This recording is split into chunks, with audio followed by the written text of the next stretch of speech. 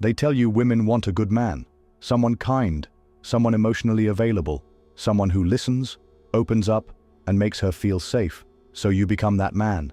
You follow the script, you lower your voice, you text her good morning, you offer your heart like it's a gift she's been waiting for, and then she leaves. She doesn't explain. She just pulls away, and you're left staring at the silence, wondering what you did wrong, again.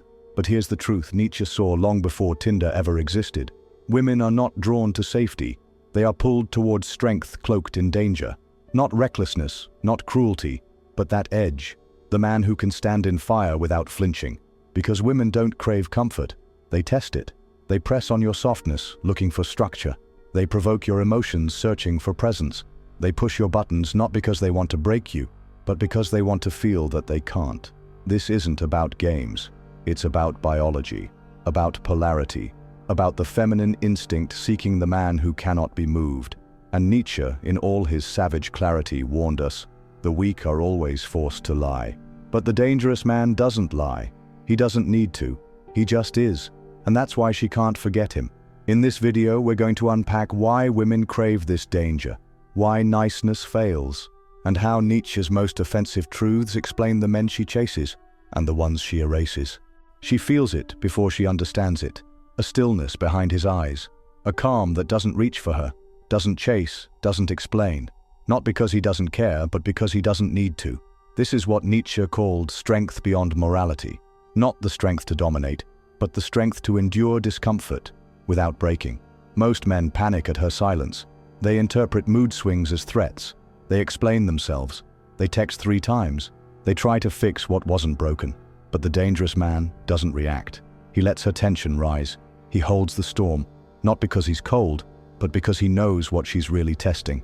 Can you stay rooted when everything around you spins? This is the power of containment, not in words, not in gestures, in presence. Nietzsche wrote, "The great epochs of our lives come when we gain the courage to rebaptize our badness as the best in us."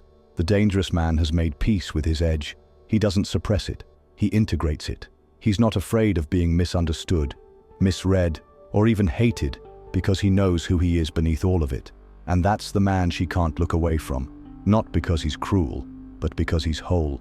He doesn't offer his wounds like a bargain.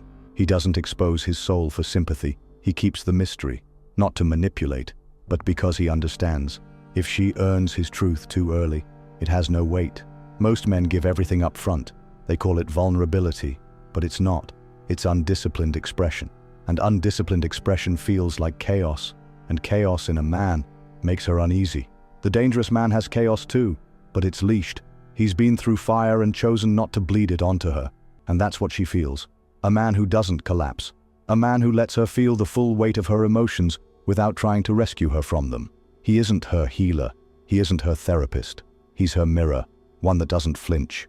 That's not cruelty. That's polarity. And polarity is what draws her in deeper, not to save her, but to meet herself in the fire of a man who won't be moved. She doesn't lie awake fantasizing about the man who listens perfectly. She doesn't dream about polite dinners or gentle apologies. She dreams of a man who could destroy but doesn't, not because he's afraid of his darkness, but because he owns it. That's what separates the dangerous man from the rest. He doesn't suppress his fire. He doesn't hide behind virtue. He stands in full awareness of what he's capable of, and chooses when, where, and how to act. And she feels that, not logically, instinctually. Because female attraction isn't based on reason. It's wired into her biology. And biology doesn't care if you're nice. It cares if you can protect, dominate, and endure. She doesn't want a man who pleases everyone. She wants a man who commands a room without asking permission. She wants a man who could walk away and means it. That is the root of attraction. Danger without recklessness. Nietzsche understood this dynamic when he said, "What is done out of love takes place beyond good and evil." Because attraction doesn't happen in the moral realm. It happens in the primal one, where tension lives, where polarity electrifies the air, where a man who's mastered himself becomes the most dangerous force in the room, not through violence, but through composure. You've seen it. The man who says little but means everything. The man who doesn't chase and never needs to. He could lose her and still be whole. That's why she leans in. It's not about being cruel. It's about being untouchable. The dangerous man doesn't explain himself. He doesn't seek reassurance. He moves through life like he's already chosen, and that is what makes him magnetic. Because here's the secret. Women aren't looking for a savior, they're looking for a force. A man whose will cannot be bought, borrowed, or broken. The more grounded he is in himself, the more they feel pulled into his world. Not because he demands it, but because he doesn't need them to come along. That is the gravity she's looking for. That is the danger she craves. She doesn't desire what she fully understands. She doesn't chase what she can control. The moment she can predict your every move, the tension dies, and with it, attraction. Desire lives in the space between certainty and mystery, not chaos, mystery, not recklessness, restraint. The dangerous man knows this. He's not loud, he's not wild, but he's unreadable, not because he's hiding, but because he's sovereign. He reveals nothing he doesn't choose, and that choice drives her mad with curiosity. Nietzsche saw this pattern not just in relationships, but in all power dynamics. A man with clarity and force is always seen as dangerous, because he cannot be manipulated. And here's what most men never realize. It's not what he says, it's when he says it. It's not that he looks at her, it's how long he waits to. It's the way he holds tension, without rushing to relieve it. She doesn't want you to spill everything in the first hour. She wants to feel something slowly build, to sense that there's more to you than what you're offering on the surface. Because the dangerous man never shows all his cards. Why? Because he doesn't need her to understand him to feel whole. And that distance, that space between what she feels and what she can prove, that's what lights the fire. That's where desire burns. You want to kill attraction? Be obvious, be easy, be fully available. But if you want to make her heartbeat in that quiet, involuntary way, be composed, be deliberate, be unavailable until it means something. Women crave danger not because they want pain, but because it signals depth. And the most dangerous man is the one who has depth he doesn't offer freely. She wants to earn it. She wants to uncover it. She wants to wonder who you are when you're alone. Because the man who makes her wonder, that's the one she remembers. Nietzsche knew that those who master perception become unshakable. And in attraction, it's not the loudest man who gets chosen. It's the one whose presence lingers even after he's gone. He can be sitting silently in a room and still have more weight than a man shouting his feelings.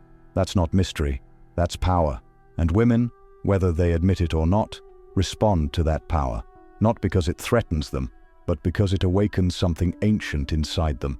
That hunger for polarity, that pull toward a force that isn't seeking approval, only alignment. And the more dangerous he feels, not through violence but through inner restraint, the more she wants to step into his frame, just to feel what it's like to stand next to something solid.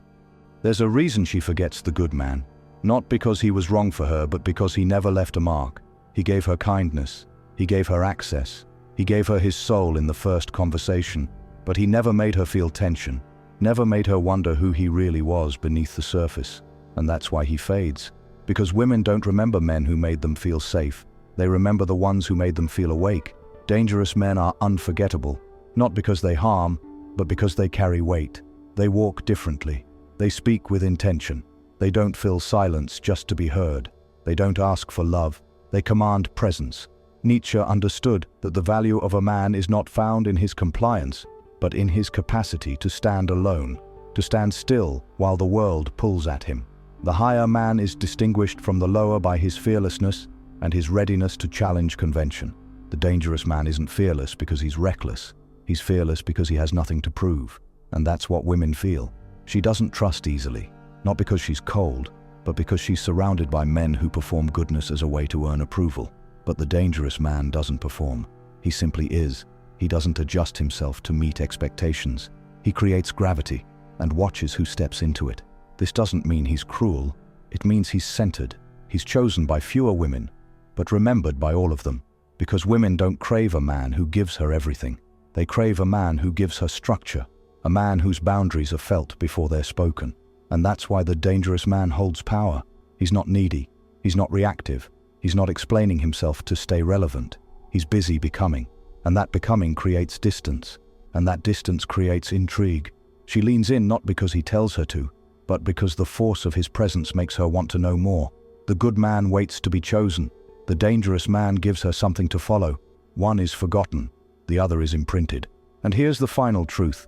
The man who masters himself doesn't have to chase women, because women feel deep in their nervous system, when they're in the presence of a man who doesn't need anything from them. And that, above all, is the most dangerous energy of all. The man who can walk away is the one who holds her heart, not because he threatens to leave, but because he doesn't fear being alone. That's the quiet power every woman feels, and few men understand. It's not in his words, it's not in how much he gives, it's in what he refuses to give up, himself. She watches how he handles distance, how he sits in silence, how he doesn't flinch when she withdraws or goes cold. And in that moment, something inside her wakes up. Not fear, not pain, but respect. Because this is the man who could have made her his world, but didn't. This is the man who could have chased, but stayed rooted. And that refusal to collapse under the weight of her emotion, that is the danger.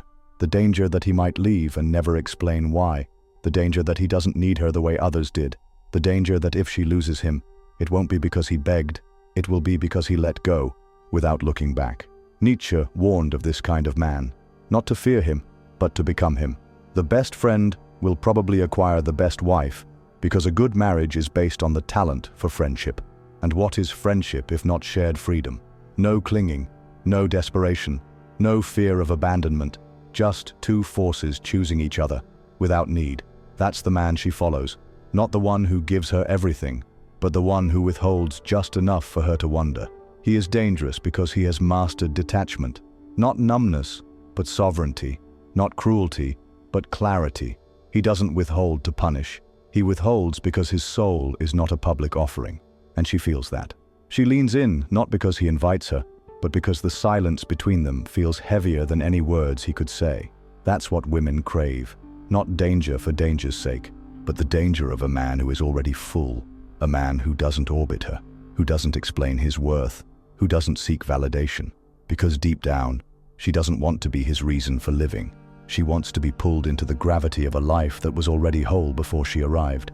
And the man who lives like that, who breathes with or without her, is the one who lives in her memory long after the moment is gone. Not the safe man, not the sweet man, but the man who held the door open, never begged her to stay, and vanished like smoke the moment she took him for granted. That man is the danger she never forgets. Not every man becomes dangerous. Most never will. They'll spend their lives apologizing for their edge, watering themselves down, hoping goodness will be enough to make them unforgettable.